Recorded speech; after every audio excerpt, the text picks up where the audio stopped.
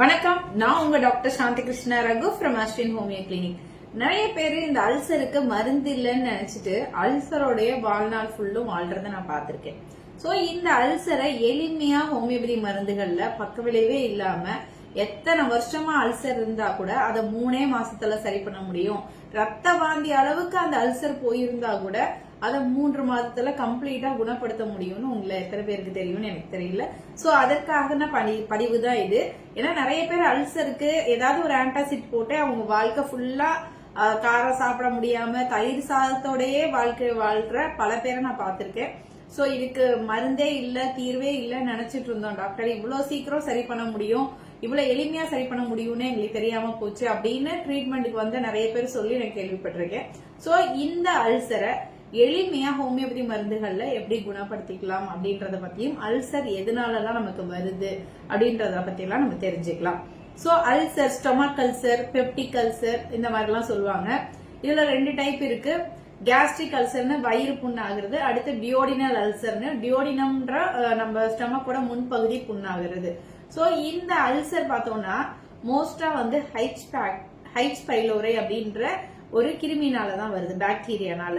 Helicobacter பைலோரை அப்படின்ற கிருமி தான். மோஸ்ட்லி என்னன்னா அவுட் சைட் ஃபுட் சாப்பிட்றாங்க, ஹோட்டல் ஃபுட் சாப்பிட்றாங்கன்னா அது மூலமா அந்த மாதிரி அதிகமா அவுட் சைட் ஃபுட் சாப்பிட்டவங்களுக்கு பார்த்தோம்னா இந்த ஹைச் பைலோரை கிருமி வந்து அவங்களோட ஸ்டொமக்கோட லைனிங், அதாவது நம்ம உணவுக்குள்ளலுக்கு கடவுள் வந்து ஒரு ப்ரொடக்ஷனுக்காக ஒரு லைனிங் கொடுத்துருப்பாருன்னா செரிமானம் பண்றதுக்கு நிறைய ஆசிட்ஸ் தான் நம்ம உணவுகளை செரிக்குது. சோ அந்த ஆசிட் வந்து வயிறை புண்ணாக்கிராம இருக்கிறதுக்காக ஒரு லைனிங் மாதிரி மியூக்கஸ் லைனிங் கடவுள் கொடுத்திருக்காரு. சோ அதுதான் ப்ரொடக்ஷன் லேயர். அந்த லைனிங்ல ஏதாவது பர்ஃபரேஷன், ஓட்டை, புண்ணு ஏற்படுறது தான் வந்து நம்ம அல்சர் அப்படின்னு சொல்றோம். சோ இது வந்து ஹைச் பைலோரி கிருமி இருக்கிறதுனாலதான் மோஸ்ட்லி வருது.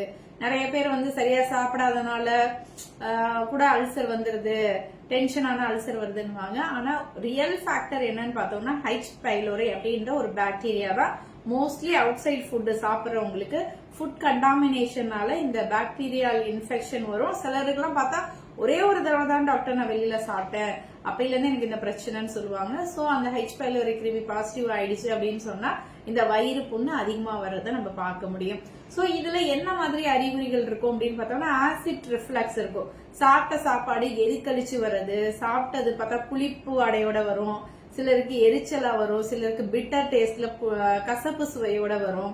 அப்புறம் பார்த்தா நெஞ்சு எரிச்சல் இருக்கும், வாந்தி வர மாதிரியான உணர்வு இருந்துகிட்டே இருக்கும், நிறைய பேர் வாமிட் பண்ணிடுவாங்க.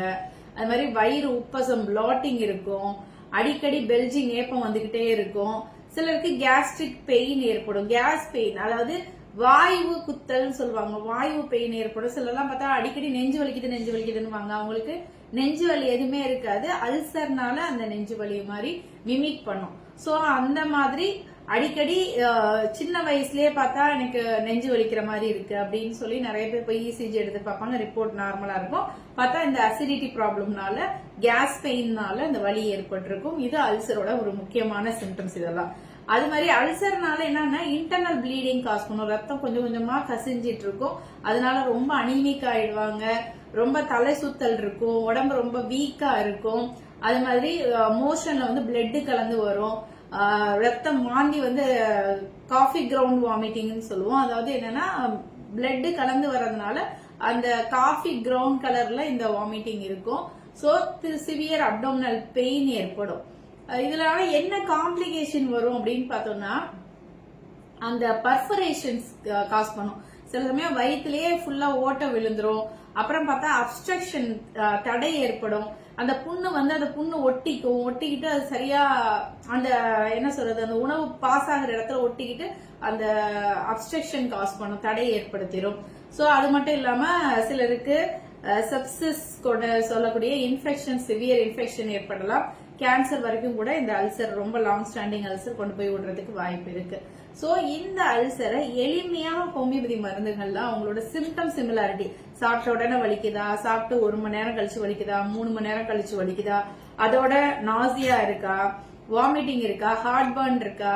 சோ இந்த எல்லா சிம்டம்ஸோட தொகுப்பை எடுத்து அவங்களுக்கு அந்தந்த அறிகுறிகளுக்கு தகுந்த மாதிரி மருந்துகள், எண்ணற்ற மருந்துகள் இருக்கு. Anacardium, graphites, acid night, argentum nitricum, அது மாதிரி எண்ணற்ற மருந்துகள் ஹோமியோபதியில இருக்கு. சோ அவங்களோட சிம்டம் சிமிலாரிட்டி பேஸ் பண்ணி அந்த மருந்துகளை கொடுக்கும் போது இந்த H. pylori அப்படின்ற கிருமியை ரொம்ப சீக்கிரமே நெகட்டிவ் ஆக்கிட முடியும். அது மாதிரி அதனால ஏற்பட்ட விளைவுகளையும் சரி பண்ண முடியும். ஈவன் அவங்களுக்கு ஏதாவது அப்ஸ்ட்ரக்ஷன் ஏற்பட்டு இருந்துச்சுன்னா அதை கூட ஹோமியோபதி மருந்துகள்ல சரி பண்ண முடியும்.